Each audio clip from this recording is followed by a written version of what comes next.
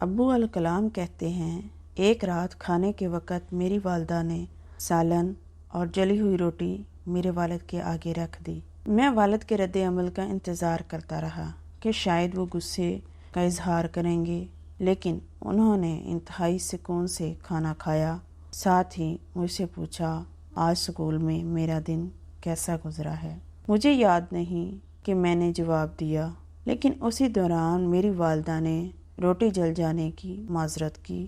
میرے والد نے کہا، کوئی بات نہیں، بلکہ مجھے تو یہ روٹی کھا کر مزہ آیا ہے۔ اس رات جب میں نے اپنے والد کو شب خیر کہنے ان کے کمرے میں گیا تو ان سے اس بارے میں پوچھ ہی لیا کہ کیا واقعی آپ کو جلی ہوئی روٹی کھا کر مزہ آیا؟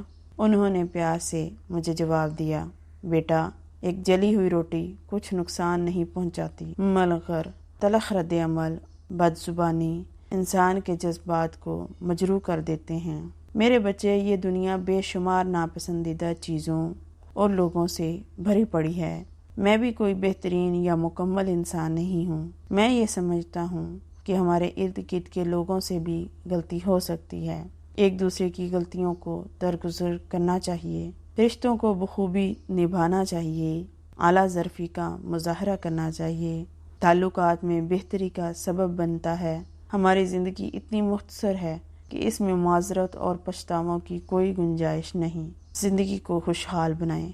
بے شک اللہ تعالیٰ شکر کرنے والوں کو پسند کرتا ہے۔